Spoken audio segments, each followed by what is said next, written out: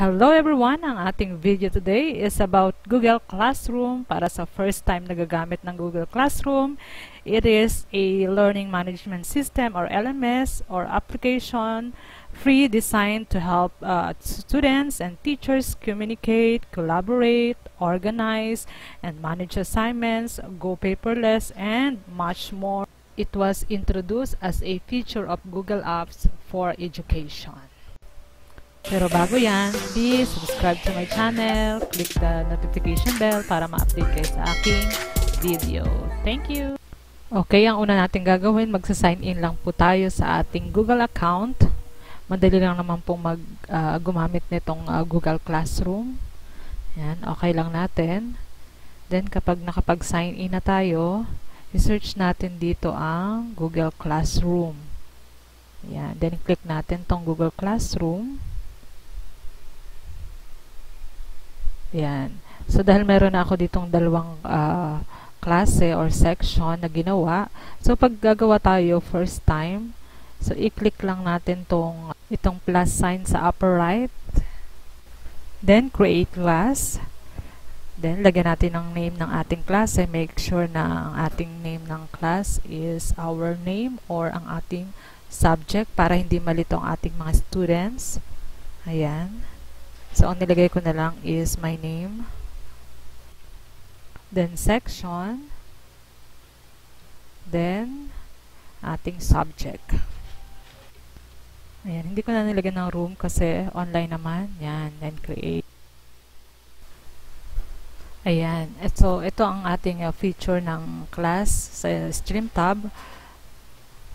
Ayan. Then, ito yung pinakang cover photo niya. Pwede natin palitan ng theme. So, pili tayo dito. Dahil computer class naman, ito ang pipiliin natin. Ayan. Then, click natin tong select class theme. So, pwede rin naman natin yung palitan ng photo kung meron tayong available or ginawang photo. So, i-select lang natin to. I-click lang natin. Then, ito naman, so makikita natin, meron ditong link ng Google Meet. Pwede natin siyang i-generate para automatic dito na tayo magkiklik ng ating Google Meet pag meron na tayong video conferencing sa mga bata. So, i-visible lang natin. Ayan. So, ayan. Hindi na kailangan ng bata pumunta sa Google Meet. May link na kaagad dyan. I-click na lang niya para maka-join siya sa class pag may video conferencing. Ito namang code na to para makapasok yung student natin sa ating classroom na ginawa. So, ibibigay natin tong code na to sa kanya or ika-copy link natin, isend natin sa ating student para maka-join siya or makapasok siya sa ating ginawang class.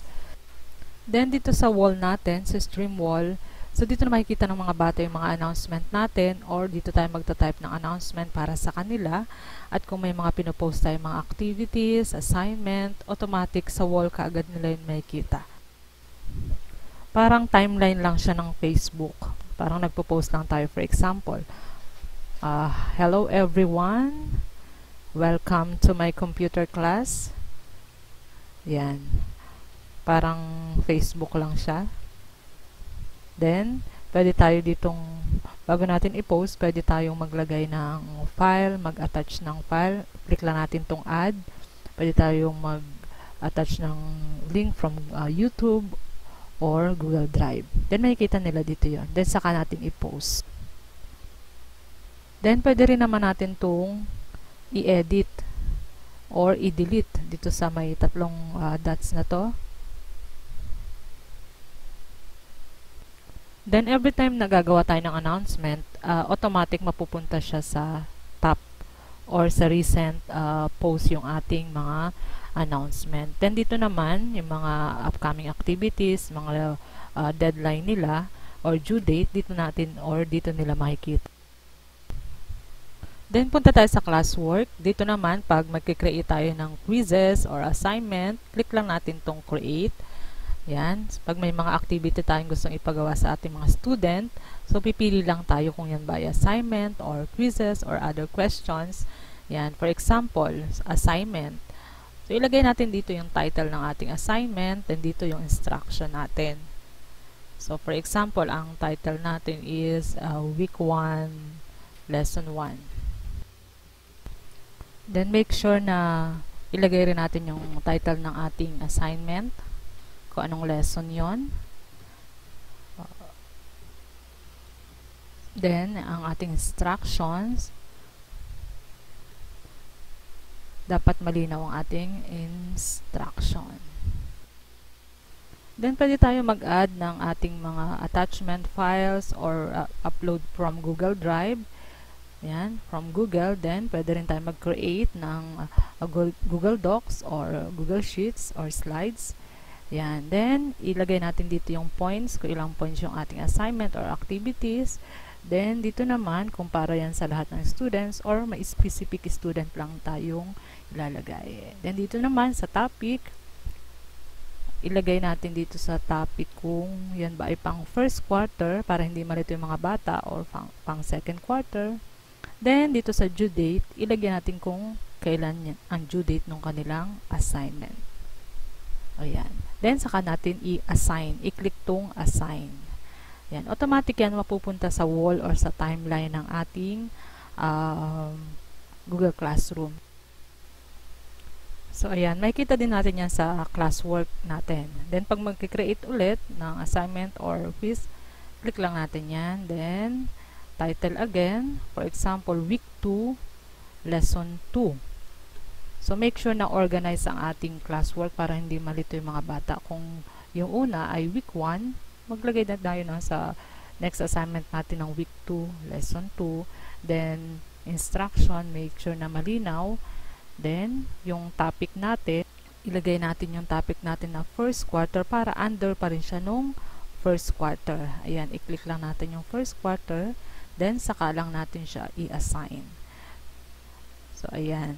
Then, mapapansin natin, under siya ng first quarter kasi yung topic natin ay nasa first quarter, week 1 and week 2. Then, kung gusto natin makita o ma-view yung assignment nila, kung ilan yung nagpasa at hindi pa, so, ayan, dito natin siya makikita. I-click lang natin yung view assignment. Ayan, ito yung mga nag-turn in at yung mga hindi nag-turn in. So, ayan, dito natin siya makikita and dito rin natin siya i-check. Then, dito naman sa people tab, dito sa under ng students, pag mag-add tayo ng ating student, pwede nating i-enter dito yung kanyang email ad or ang pinaka mas madaling gawin natin, ipasa or isend sa kanila yung code ng ating class para mas madali silang maka-join sa ating class. Then dito naman sa grades, so dahil wala pang tayo na check, dito natin makikita yung mga grades nila. Then balik tayo sa stream. Ayan. So, mahipapansin natin itong timeline natin. Nandito pa rin yung mga assignment nila. Then, nandito rin makikita yung due date o mga upcoming activities. Then, if you want to go back to our classes, click lang natin to. Then, classes. Ayan. Ito yung mga sample classes na ginawa ko. Make sure na nilagyan natin ng mga sections or grades. Ayan. Ito yung sa 11 Daniel ko. Sa classwork, makikita natin dito, organize siya kasi meron siyang first and second quarter, week 1 to week 4. Then, pwede nating i-drag kung gusto nating mauna yung first quarter. Ayan. Then, back ulit tayo sa classes. So, ganun lang ang gagawin natin. Pag mag-add ng classes, dun lang sa plus. Ayan. Then, create classes. That's all for today. Hope you have learned something from my video. Don't forget to subscribe and hit the notification bell para ma-update kayo sa aking mga video. Thank you for watching.